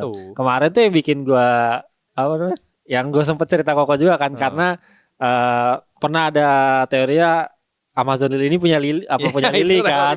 Nah itu akhirnya Tritoma itu nikah sama Dragon karena Tritoma itu keturunannya mungkin Lily gitu kan ya. Bertemu sama Dragon yang dan ternyata anaknya ini yang dapat warisannya Joy Boy gitu, Luffy gitu kan. Itu salah satu teori yang sempat kita ngomongin kemarin ya. Iya kayak kok langsung boleh juga tuh terakhir. Iya haremnya Joy Boy yang kita. Iya gitu kan. Ya tapi nggak tahu lah, dibalik itu kita balik lagi ke chapter teman-teman. Karena udah terlalu menjauh nih dari chapter. Kita balik lagi ke chapternya dulu. Oke. Intinya di sini Gaban bilang itu adalah sosok yang ditunggu-tunggu. Nah, terus Luffy masih sekarat, terus Im sama kau benar. Kita ini memang bodoh sambil ngeluarin ini omennya nih siap-siap. Kita telah salah mengira berbagai kebetulan yang terjadi sebagai sebuah takdir. Karena itu mari kita akhiri saja semua ini. Dia omennya udah siap tuh. Ini mau ngestigma nih kalau kita lihat di sebelumnya tuh. Jadi dia udah nargetin ke marking si Luffy. Jadi kalau jurusnya sampai keluar itu Luffy bakal ditembus sama stigma kayak Loki. Terus si Gaban langsung tunggu. Apa yang mau kau? Dia langsung ngilang buru-buru. Terus dia soalnya udah tahu nih jurusnya Im sama bakal dibunuh kayaknya Luffy. Langsung dia bilang, "Maafkan aku pohon harta Adam. Sebenarnya aku tidak ingin melahapmu," dalam tanda kutip. Tapi dia langsung aduh. Sial, persendianku sakit semua. Tubuhku sudah terlalu renta untuk menggunakan jurus ini. Dia mungkin ngeluarin semacam jurus mautnya nih, jurus Ogi-nya nih, keluar petir-petir haki di sini terus Asuranya lah, dia ngeluarin Asura gitu. Luffy di sini mencoba bangkit, dasar keparat. Jangan kira aku akan memaafkanmu hanya karena kau berteman dengan Rayleigh. Gitu. Dia masih dendam sama ini.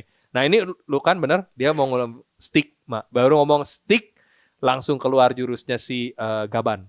Kamudo. Jadi dari petir-petirnya aja udah langsung ngebelah pohon Adam gitu maksudnya tuh. Lihat, kita ngelihat beberapa petir haki raja ini, semua petirnya tuh ada satu yang ke arah Im sama dan ditangkis, sisanya ke arah pohon Adam dan ngebelah pohonnya gitu.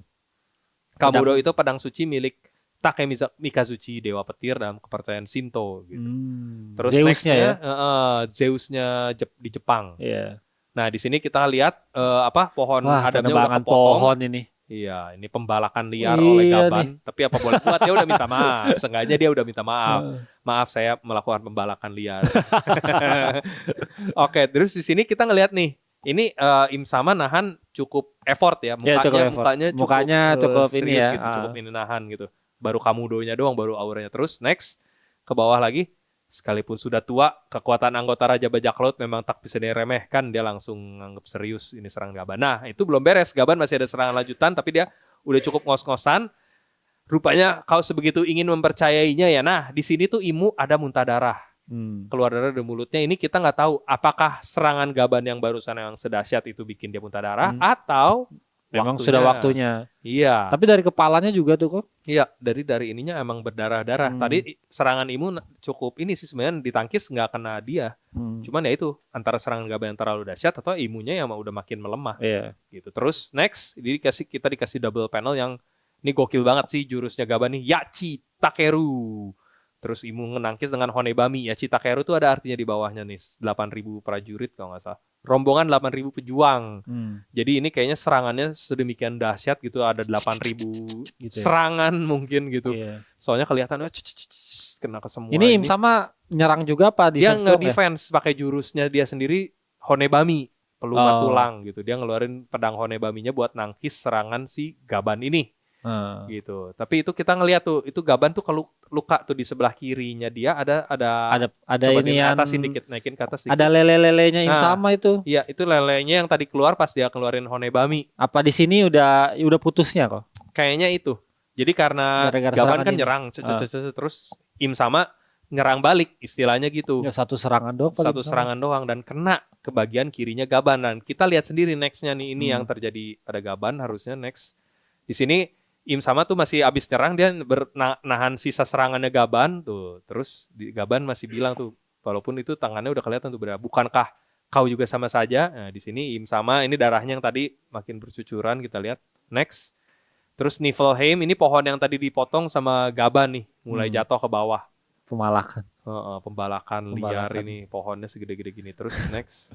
Nah di sini apa yang terjadi? Ya, ini kita ngelihat ada sejenak balik lagi ke lokasi teman-temannya. Loki lagi diobatin sama Gerd. Terus, nah di sini kita ngelihat bukti nyata dari hakinya Usopp udah mulai bangkit. Next ke bawah nih. Yang di sana itu, apa itu perbuatan Luffy kata Nami? Nah, yang ngejawab adalah Usopp. Tidak, bukan. Sepertinya di sana ada orang lain, seseorang yang sangat kuat. Jadi Usopp bisa merasakan entah dengan hakinya. Ya, dia tahu ini bukan hakinya Luffy gitu. Bukan, dan dia tahu hakinya tuh kuat gitu. Soalnya kan Kenbun emang bisa ngerasain aura dan bisa tahu seberapa kuat seseorang dengan Kenbun Soku gitu. Jadi bisa dibilang ya ini Kenbunnya Usopp seperti yang kita bilang di chapter-chapter sebelumnya udah mulai bangkit nih. Next. Oke. Nah ini panel terakhir kita ngelihat Welcome to the club. Welcome to the left hand club gitu kan. Ini kita ngelihat Gaban terkapar dengan kedua kapaknya udah jatuh dan tangan kirinya juga putus di sini gitu. Tapi kenapa ya gue masih pertanyakan sama Oda, setiap dia mutusin lengan itu kenapa selalu sebelah kiri? Nah itu Shanks, Kid tuh, gue juga mau mempertanyakan ini itu. Gaban Lengan yang putus sebelah kiri itu nggak pernah ada yang nyambung lagi, putus permanen. Iya. Selain ini sebenarnya Oda pernah mutusin lengan lain. Lengannya Lau inget gak? Tangan kanannya pernah putus waktu lawan Doflamingo. Tapi bisa disambung lagi. Ada waktu pas Lau lagi lawan Doflamingo di atas, pas Luffy-nya lagi lawan Bellamy di bawah. Itu kan pas Luffy ke atas, lengan kanannya Lau udah putus. Gitu. Makanya Luffy waktu itu langsung marah terus minta Chopper buat bantu nyambungin, tapi bisa sambung lagi karena lengan kanan dan ya itu apa ya mungkin Lau juga dokter. Jadi bisa ngobatin ininya dia juga gitu, dia tahu. Benar. Nah, tapi poinnya itu kalau lengan kanan biasanya masih bisa disambung lagi disambungin. Kalau lengan kiri belum pernah ada yang nyambung lagi. Shanks, terus Kid, terus si Killer. Apakah ini Killer? Si yang putus siapa lagi? Si siapa? Hawkins. Walaupun kita nggak tahu ya Hawkins selamat atau enggak. Tangannya Morgan yang kampak itu kiri apa kanan ya? Lupa lagi. Morgan kiri ya kalau nggak salah ya. Ini nggak sih? Morgan kayaknya kiri ya. Iya. Apakah ini foreshadow bahwa setelah tangan memang tangan kiri putus itu tangan kiri yang sekarat akan mati? Iya. Jadi tangan kiri Raja Bajak Laut emang ditakdirkan mati gitu ya. Gitu berarti yang nanti future Pirate King alias Sanji juga bakal mati gitu. Bagus. Boleh, gas. Boleh ada. Ganti aja sama Loki udah. Sebuah foreshadow bahwa kalau tangan kiri emang udah pada hakikatnya bakal putus gitu ya, termasuk Sanji. Dan sudah tidak terselamatkan gitu ya. Enggak, kalau di sini kan case-nya adalah si Gaban kan. Ya sebagai tangan kiri Raja Bajak Laut sekaligus tangan kiri dia sendiri emang putus. Iya. Iya, nggak tahu entah kenapa Oda selalu ngasih tangan kiri ya. Apa mungkin karena tangan kiri dan nggak sepenting itu. Selain tangan kiri yang putus, luka-luka pun selalu di kiri. Umumnya Shanks, Luffy, terus Zoro matanya di kiri. Kiri semua gitu. Terus yang di Water 7 itu kan ada kalau disambungin mapnya itu kan Pulau berbentuk Jaya tengkorak itu ya. Ya Pulau Jaya, sorry. Itu kan bentuk tengkorak kan. Nah itu mata kiri juga kok. Iya benar juga. Yang rusak. Kenapa ya? Apa mungkin kalau menurut tebakan gua itu ada hubungannya sama budaya Timur? Apa tuh? Yang mana tangan kiri dianggap lebih nggak berguna kah? Nggak berguna. Ya bukan budaya Timur sih, pada umumnya manusia kan tangan utama kanan. Iya tangan kiri makanya dipakai buat cebok tuh karena berguna. Itu. Karena ya maksudnya cebok kan sesuatu yang kotor. Pakainya buat sesuatu yang lebih nggak berguna. Karena kita salaman pakai tangan kanan. Kalau kiri nggak sopan. Apa-apa kanan ya. Makan pakai tangan kanan. Istilah orang paling dipercaya aja tangan kanan. Iya. Gitu. Semuanya tangan kanan. Jadi tangan kiri itu sesuatu yang lebih nggak berguna. Iya. Walaupun ya ada kadang guna kayak kalau tadi. Iya. Gaban udah nggak bisa cebok sekarang kayak Shanks gitu.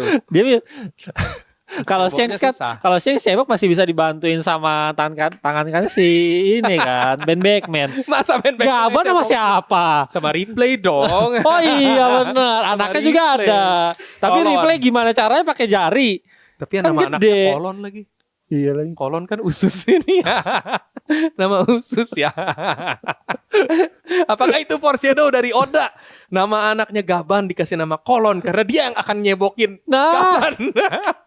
Cakep. Gunanya Kolon itu. Boleh. Gunanya usus besar ini. Ya apa yang nyobokin Gaban guys? Terlalu jauh guys. Nah, tapi gue masih berharap Gaban sebenarnya masih bisa selamat sih. Semoga bisa ini. Di satu sisi secara cerita dengan putusnya tangan kiri Gaban ini ngasih nambahin tensinya. Maksudnya jadi lebih menegangkan kan pertarungannya. Kalau nggak ada apa-apanya ya nggak menarik. Kalau dengan begini kan jadi tegang nih penonton nih gitu. Dengan stake-nya makin tinggi. Tangan Gaban udah putus. Gimana cara dia balik lagi? Iya. Gitu. Ini dia aja melindungi Luffy. Dan kondisinya kayak gini dia udah terpojok. Siapa lagi nih yang bisa saling melindungi nih? Iya. Ini kan bisa dibilang orang yang paling kita harapkan bisa menolong Luffy dari keadaannya saat ini gitu kan. Saat ini Luffy terdesak. Loki aja nggak bisa ngelawan si Im Sama gitu. Yang paling kuat di situ ya memang Gaban yang bisa nolongin yang kita anggap gitu. Ternyata Gaban aja untung udah nggak bisa ini ngelawan Im Sama. Kita coba kelarin dulu lagi ini. Nah itu udah terakhir sih. Iya Luffy-nya juga udah ngeliat dia cuman terus dia ngomong apa tuh di bawahnya coba. Kakek tua ya. Kalau nggak salah coba di zoom out. Kakek tua gitu. Bagaimana lanjutannya? Udah deh. Saksikan hanya di Manga Plus. Saksikan hanya di Manga Plus minggu depan, tapi sayangnya minggu depan libur. Jadi udah. Walaupun di sini nggak ditulis ya teman-teman ya. Iya, tapi minggu depan di Jepangnya soalnya ada libur kalau nggak salah. Jadi kita emang Shonen Jump 17-an kalau nggak salah ya. Iya ikut 17. Luffy-nya balap karung. Nah, enggak Odanya yang balap karung. Anaknya ikutan 17-an. Odanya jadi saya libur dulu kata Oda. Enggak dong, di Jepang beda liburnya kalau nggak salah apa ya Bon Odori apa lupa, pokoknya ada libur lah di Jepang, makanya Shonen Jump libur. Ya. Gitu. Nah ini ada memunculkan teori siapa lagi yang bisa bakal nge-backup semua ini gitu. Ya. Kalau Luffy, maksudnya amit-amit Luffy belum bisa ngapa-ngapain lagi. Loki pun masih dirawat, orang paling kuat di situ gitu kan. Benar. Katanya dia bilang Shanks dengan haki wifi-nya lagi gitu. Masa kan. Masa sih digituin lagi. Iya, kamu. Tapi kan seorang Im Sama nggak mungkin ya haki diusir. Iya. Kalau Ryokugyu ya oke lah gitu diusir. Kan. Walaupun itu juga cukup lucu si Admiral diusir pakai haki wifi, gimana ini? Admiral loh. Ryokugyu aja memang lemah kali ya. Gitu. Tapi ini Im Sama nggak mungkin Shanks cuma dengan haki raja dari jauh bisa ngusir. Iya. Gitu. Haki Joy Boy-nya sendiri kayaknya nggak mungkin bisa ngusir Im Sama sih. Yang Gorosei masih mungkin lah. Harapannya ya berarti ya harusnya Luffy harus udah bangkit sih. Atau Biblo.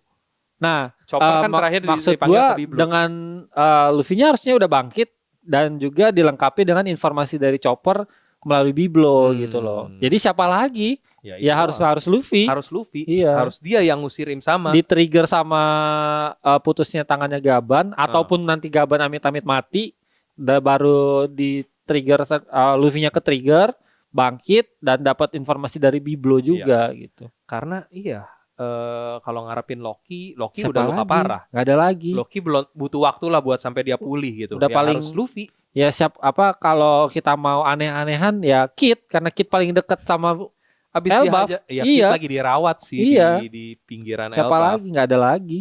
Tapi gua agak sangsi Kid yang nyelamatin Luffy. Mungkin dia by time mungkin itu masih masuk. Bisa jadi Kid mungkin pakai dempang atau segala macam ininya kayak ngulur waktu, ngasih waktu buat Luffy pulih. Sebenarnya kalau untuk situasional memang Kid, karena Kid memang ada waktu itu deket Elbaf gitu kan. Coba kalau untuk Kid datang kayaknya agak sulit deh. Ya. Apakah ada orang dari Heaven World atau Dragon? Bisa nggak? Dragon tiba-tiba muncul di sini. Chance-nya masih gitu. ada. Chance-nya masih ada tapi kecil banget karena kita tahu Dragon kan selama ini emang orang yang paling pasif ya, nggak pernah gerak apapun. Tapi Dragon tuh selalu datang saat Luffy sekarat, hampir benar-benar mati waktu yang sama Buggy gitu kan. Cuman itu doang Dragon bergerak. Itu doang ya. Luffy yang lain sekarat sempat beberapa kali kayak pas lawan Crocodile, tapi kan di situ ternyata masih diselamatkan sama yang lain, Nico Robin dan lain-lain gitu. Satu-satunya ini memang pas harusnya kalau ada orang yang bisa bantuin itu benar-benar orang yang akhirnya bisa mukul mundur Im Sama dulu, karena di sini waktunya Im Sama juga udah hampir habis kan. Betul. Harusnya orang yang cukup kuat lah buat ngulur waktu. Jadi nggak bisa orang sembarangan juga. Jadi potensinya memang antara Loki bangkit lagi, Luffy-nya sendiri bangkit lagi, atau Kid tiba-tiba datang. Shanks mungkin yang bisa, atau ya Dragon. Masalahnya Shanks ini nggak tahu lagi tujuannya kemana. Menurut gua dia nggak tahu Shanks ini lagi iniin Kurohige sih. Maksudnya untuk menghadang ke Marijoa ya. Iya, menghadang Kurohige sih. Bisa jadi Shanks lagi ke Marijoa buat ngapain lah, menjegal si Kurohige gitu. Kalaupun ya paling mungkin itu Rayleigh kayaknya kejauhan deh ke Elbaf. Dan dia kalau memang dia punya misi rahasia, dia harusnya tahu kan di situ udah ada partnernya si Gaban. Dia kalau Rayleigh lagi jagain si Hancock. Iya. Tapi bayangan gua udah paling mentok banget ini ya. Udah mau serangan terakhir Im Sama, dia benar-benar udah nggak bisa ngapa-ngapain, kayak udah batuk, pulanglah gua gitu. Iya. Itu udah paling buruk lah. Worst case-nya udah Im Sama mundur karena memang habis waktu aja. Iya. Gitu. Karena jadi biar nggak ada maksain siapa yang akan bantuin dari luar Wano gitu. Terlalu agak maksa jujur. Wano lagi. Elbaf. Ya, soalnya jujur terlalu agak maksa kalau tiba-tiba ada muncul karakter-karakter Shanks bener. Kid masih oke karena Kid emang lagi di Elbaf. Iya, karena ini beberapa kali pattern yang sama yang Oda tunjukkan saat Loki sekarat dibantu Luffy sekarat dibantu Gaban. Ini Gaban udah nggak apa-apa lagi. Siapa lagi nih karakter baru lagi? Apalagi nih akan datang gitu kan? Gitu, bener. Ini udah beberapa pattern yang sama ditunjukkan gitu. Semuanya cuma buat ngulur waktu. Ini lama-lama jadi kayak Jujutsu Kaisen. Enggak belum sampai setaraf itu ya guys ya. Jujutsu Kaisen kan yang final ininya udah kayak gitu terus tuh. Karakter ini muncul kalah buat ngulur waktu buat lawan Susukuna doang, semuanya cuma ngorbanin diri gitu. Setelah Gojonya kebelah dua ya. Nah, tapi ngomong-ngomong Im Sama, sebenarnya gue tuh ada satu teori. Apa tuh? Ini gue cuman berdasar nggak terlalu berdasar ini sih sejujurnya karena masih mentah ya menurut gua. Jadi gini, Im Sama itu mungkin nggak ya Im Sama itu mau justru kan dulunya bersahabat sama Joy Boy. Jadi Im Sama itu justru mau jadi raja karena ingin mewujudkan keinginannya Joy Boy. Sama benar. Ya, sih? Soalnya gini, kita pernah lihat Emmet waktu itu bilang di Egghead. Dia tuh minta maaf sama Joy Boy karena tidak berhasil menjadikan Joy Boy sebagai raja. Artinya Joy Boy punya keinginan buat jadi raja nih di panel yang ini nih. Sorry that I couldn't. Terus nextnya dia di panel selanjutnya tuh dikasih tahu kalau itu tuh dia pengen jadiin Joy Boy sebagai raja, intinya gitu. Nah, karena Joy Boy yang punya keinginan sebagai raja, apa mungkin gak ya karena dulunya dia Joy Boy berteman nih si Im Sama tuh ini, I couldn't make you king tuh kan. Terus Luffy nanya, king? Gitu. Jadi emang keinginan Joy Boy menjadi raja. Dan dulu kita tahu sendiri Joy Boy kan sama Im Sama dulu sepertinya berteman. Karena ada adegan yang Joy Boy lagi ketawa-ketawa cerita sama Im Sama. Iya. Jadi mungkin Joy Boy sharing cita-citanya dia ke Im Sama. dia mau jadi raja gitu sambil ketawa-ketawa gitu. Ternyata raja yang dimaksud Joy Boy sama raja yang dimaksud Im Sama tuh beda. Dan disitulah yang disebut perbedaan ideologi. Kan Vegapunk pernah bilang perang di zaman masa kuno itu terjadi karena perbedaan ideologi. Ideologi yang dimaksud mungkin ideologi ini gitu, ideologi antara Joy Boy. Maksud dia raja adalah orang yang mungkin bebas, orang yang apa gitu. Mungkin itu ininya Joy Boy, mungkin mirip sama Luffy atau Roger atau siapapun lah.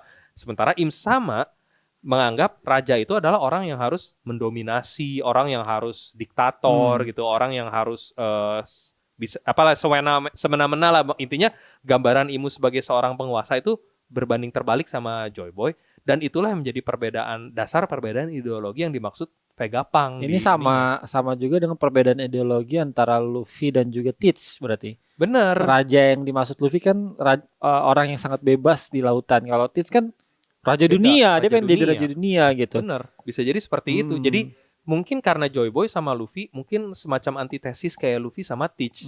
Luffy suka A, sementara Teach nggak suka justru sama itu. Luffy suka daging, Teach bilang nggak. Luffy suka minumannya kan waktu itu, Teach nggak suka minumannya. Teach suka pie, Luffy bilang pie-nya nggak enak sama sekali. Jadi benar-benar bertolak belakang. Iya. Jadi tapi mungkin seperti itu. Kalau dalam case ini, apakah menurut Koko Im Samanya ini memang berbeda ideologi, tapi mereka memang berbeda kubu sisi gitu ya? Atau ada gue sempat baca teori juga bahwa sebenarnya Im Sama ini krunya Joy Boy. Yang ingin menjadikan Joy Boy itu raja juga gitu. Mungkin seperti itu, tapi bukan berarti krunya ya. Kalau gua nganggapnya Im Sama ini mungkin salah satu temen nakamanya, tapi bukan kru lah. Karena waktu itu kita nggak tahu ya apakah Joy Boy berlayar punya kru seperti apa gitu kan. Kayak Luffy sama Momonosuke kah? Mungkin seperti itu. Atau Luffy sama Lau katakanlah gitu. Jadi mereka emang temen dekat. Cuman Luffy cerita, atau enggak Roger sama Shirohige. Karena yang mereka berdua saling tahu mimpi masing-masing dan saling berusaha mewujudkan kan. Kayak contohnya makanya Shirohige ngelindungin Luffy gitu. Jadi Im Sama Joy Boy ya mungkin mereka saling cerita-cerita mimpinya masing-masing. Terus Im Sama nganggap, oh lu pengen jadi raja, oke gue bantuin lu jadi raja. Tapi ternyata caranya Im Sama berbeda jauh sama cara yang dibayangin sama Joy Boy gitu. Karena Joy Boy maksudnya gue jadi raja tuh gue pengen jadi orang yang bebas. Gue gak pengen jadi raja yang diktator. Miskom jadinya. Atau mungkin karena sebenarnya basically karena Joy Boy ini adalah seorang bajak laut dan Im Sama ini adalah anggota kerajaan. Jadi kan mungkin berbeda persepsinya gitu. Itu mungkin di situ makanya jadi yang dianggap Im Sama sebagai raja adalah yang gua tahu raja orangnya seperti ini nih, menguasai gitu, emang jadi diktator gitu kasarnya. Jadi Im Sama berusaha mewujudkan mimpi teman baiknya dengan cara dia sendiri tapinya, dan itu yang bikin mereka jadi salah paham, miskom gitu di situ. Jadi kayak mungkin Im Sama makanya kesel karena gini, gue udah capek-capek berusaha ngewujudin mimpi lu, kok lu nggak terima kasih gitu, kok lu malah marah gitu. Jadi mungkin itulah awal mula perselisihan atau awal mula mereka jadi slack gitu. Betul. Itu sangat kuat juga sih teori itu ya. Dibanding sama teori Im Sama Beo itu ini lebih kuat. Sebenarnya mungkin itu. Ya kecuali kalau ternyata Joy Boy temenan sama burung beo ya. Iya. Tapi ya, balik lagi ya. Sama burung beo masih masuk sebenarnya. Karena mereka berteman. Tapi balik lagi kok, ini selalu kita membandingkan membawa Joy Boy dan juga Im Sama gitu.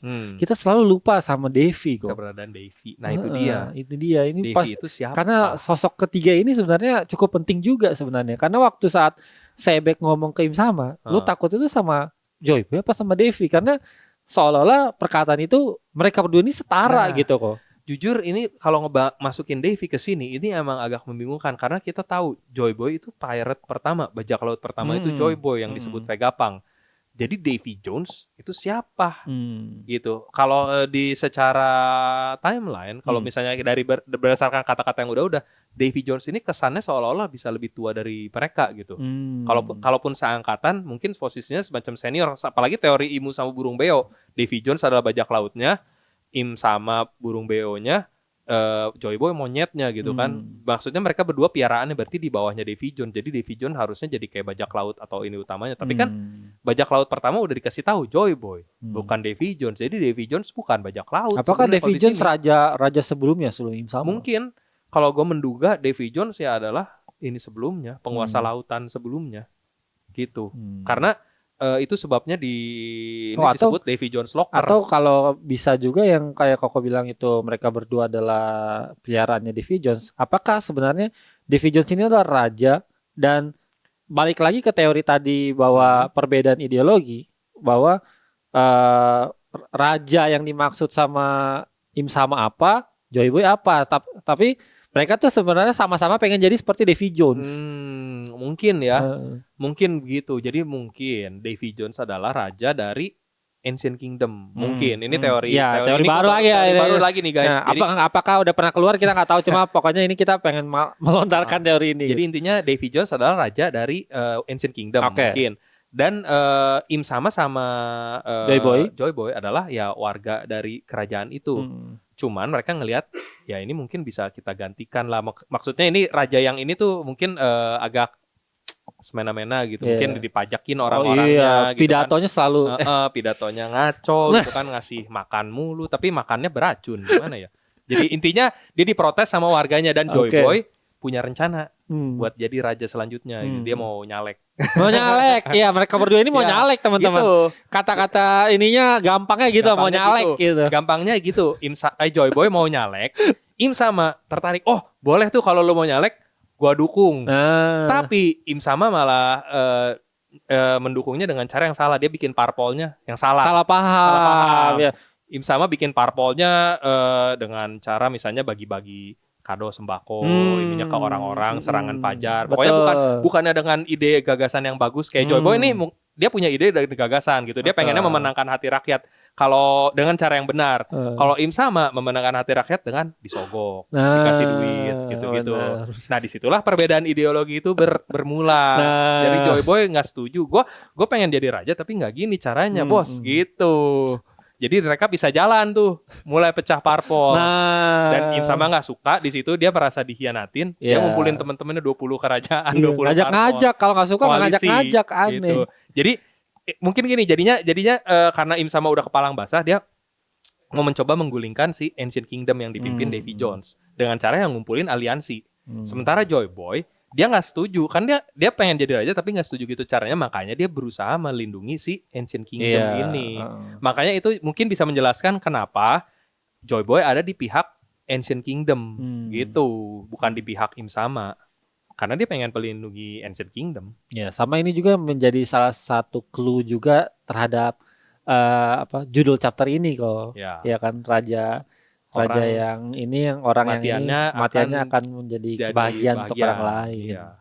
Kalau raja emang sudah tidak disukai gitu kan, banyak yang berharap lantai kamar mandi, do your magic. Anjir, kepleset dong. Iya, kan itu banyak yang terjadi di beberapa negara yang rajanya kurang disukai. Ini apa jangan-jangan Oda lagi nyindir satu negara ya? Bisa jadi gitu kan, karena tidak bisa diturunkan dengan cara-cara normal. Orangnya ndablek gitu, mungkin gitu bisa dibilang. Im Sama ini kan ndablek nih, dia nggak mau turun, udah 800 tahun masih aja mau berkuasa. Jadi udahlah, do your magic aja lantai kamar mandi gitu. Ya gitulah. Jadi begitu dia mati langsung jadi kebahagiaan buat semua orang. Begitulah kira-kira. Gua ada satu teori lagi kok. Sebelum menutup. Jadi tampaknya jawaban ini sudah di foreshadow akan ketemu Im Sama dari dulu. Dari mana tuh? Nah, coba mungkin kakak admin boleh tolong carikan cover chapter One Piece chapter 19.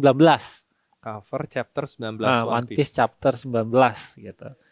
Ini sama kayak angkanya chapter sekarang kok. 1190. Oda tuh selalu pinter ya kalau nyelipin ini chapter tuh.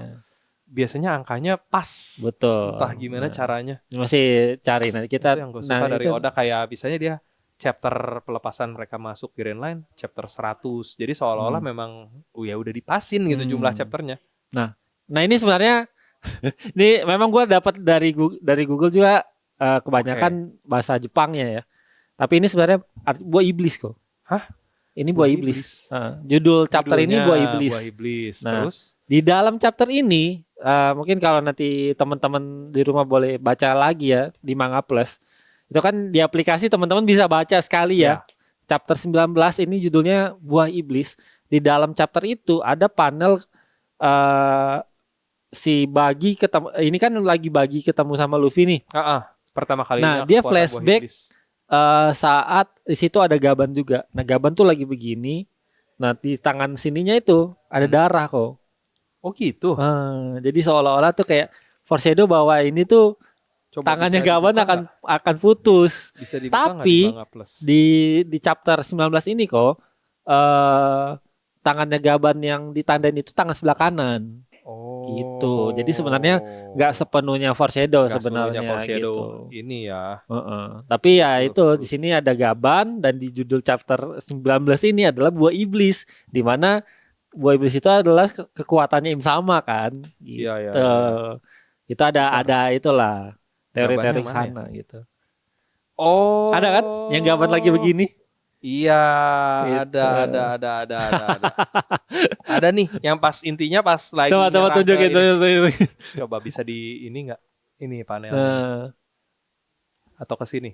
Nah, tuh ada Gaban lagi begini kan. Gaban yang di atas. Nah, itu di sebelah tangannya sebelah kanan tuh ada darah, teman-teman. Dia kan lagi gini tuh tangannya ada darahnya tuh. Ya kan? Lagi terluka.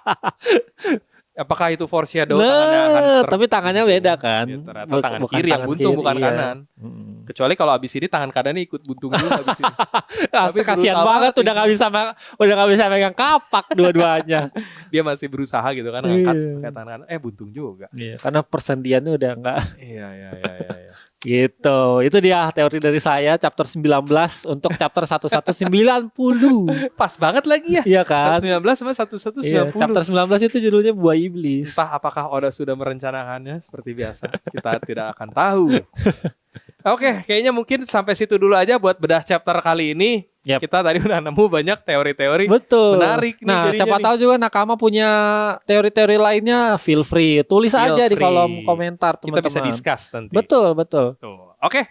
Kalau gitu, thank you banget buat yang udah nonton. Jangan lupa buat yang nonton di handphone juga di hype videonya biar makin atas nih munculnya. Tapi sebelumnya prediksi Koko chapter depan. Prediksi ya, chapter depan. 2 minggu lagi berarti. Apa nih? Aduh, kalau feeling gua ya mungkin entah bakal ada penolongnya Luffy, tapi kayaknya gua agak sanksi sih Luffy dan lain-lain bakal ada yang nolongin.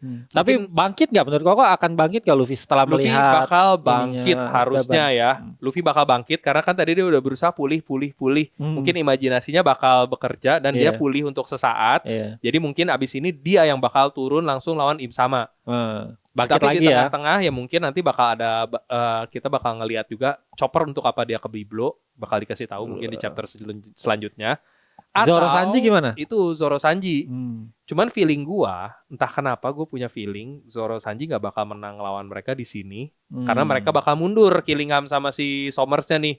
Karena sebentar lagi Im Sama, menurut gua waktunya Im Sama udah nggak banyak, dia udah mulai muntah darah. Entah kekuatan Gaban yang terlalu kuat, entah waktunya udah habis. Jadi sebentar lagi rasanya Im Sama bakal mundur. Dengan mundurnya Im Sama otomatis Somers sama Killingham udah harus mundur. Cabut juga ya. Tanpa Omen iya. Mereka nggak ada apa-apa. Ya ampun dibantai-bantai ya udah pasti. Sanji itu. Udah pasti bakal dibantai-bantai tanpa Omen gitu. Sama ya sebenarnya juga itu karena harusnya yang akan menjadi kekalahannya Sommer sama Killingham itu adalah jantungnya mereka itu kok. Benar. Sampai sekarang soalnya belum ada ininya kan. Tahu. Sampai udah lupa loh sama jantung itu. Jantung besi, mekanik itulah. Iya. Itu harusnya masih ada misteri lagi dan mungkin kekalahannya Gutsnet itu ya di jantungnya itu mungkin nanti ke depannya itu menjadi kelemahan mereka gitu. Itu sih. Itu aja mungkin buat prediksi kita. Jadi thank you sekali lagi buat yang udah nonton. Jangan lupa di like and subscribe channel Upstation Medianya. Dan sampai ketemu di episode-episode selanjutnya. Bye-bye.